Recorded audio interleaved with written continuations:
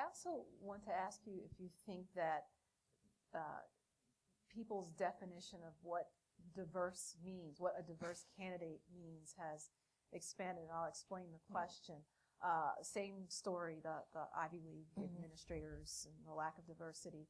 We had a dean who wrote in and chastised us about our definition of diversity when we decided to survey the administrators. And he says, on the surface, I'm a white guy, but I'm also from a working class background, and I'm Irish Catholic. So we think you should expand your definition of what diverse means.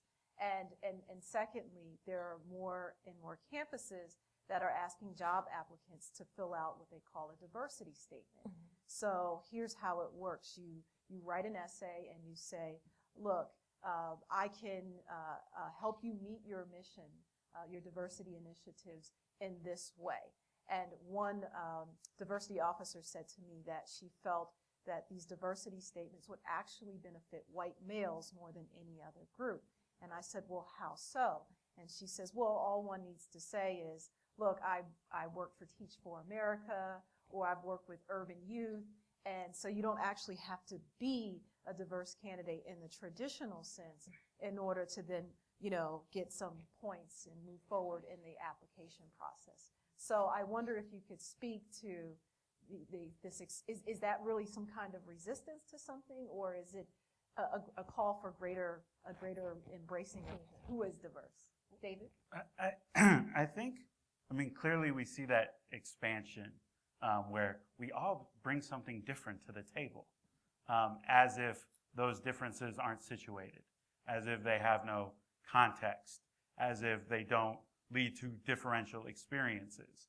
And I think the taking away of that and dehistoricizing and decontextualizing leads to this kind of flattened idea of diversity. But I also think, and this relates back to 2 questions ago in terms of affirmative action, I think part of it is that we are increasingly seeing diversity as the end point, the goal, and not a goal as a starting point.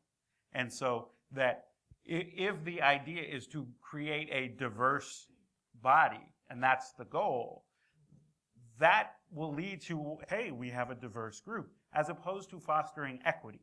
And if we think of it this way, diversity is about getting people in the room. Equity is about transforming how that room looks, acts, behaves, operates from there forward. And I think the failure to see that second step and that third step leads to these diversity statements where it's like, oh, you're bringing diversity.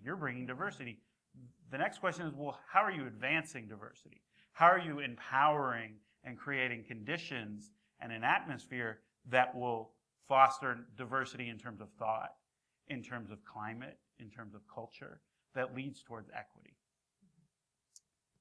And, as an added piece to that, and I've definitely seen this happen with some of our corporate clients. So this idea about diversity versus equity. So we have had client groups where there's been an influx of Appalachian applicants. And that certainly is an underserved group. And so you can have Appalachian Americans who are Caucasian white and male, and yet they are very much economically disadvantaged and disenfranchised. Mm-hmm. So the diversity piece says we bring those people into the room. The equity challenge becomes once you bridge that gap, because you could be from West Virginia or Kentucky, and once we help you with that accent, because if you have a heavy Appalachian accent, it is going to have an adverse impact on your ability to be promoted in most corporate environments. And in the academic environment, it does not invite people to think highly of you intellectually when you have a very pronounced Appalachian accent. But you can fix that. You can train people how to use good table manners. Right? That whole point when you get a job interview and they take you out to eat to see if you know what all the cutlery is for. Right? Okay, you know people still do that. That's a way of monitoring where you are from a socioeconomic standpoint. But you can teach people that in an afternoon. So that issue of disenfranchisement can be overcome quickly. But if the issue is race or gender, you can't fix that. So you can bring in somebody from West Virginia or Appalachia who is Caucasian white male and is first generation, and within the first semester, you can almost transform that person so that they are indistinguishable from the rest of the community. And so this issue about diversity and equity really has to be explored separately and in an integrated fashion.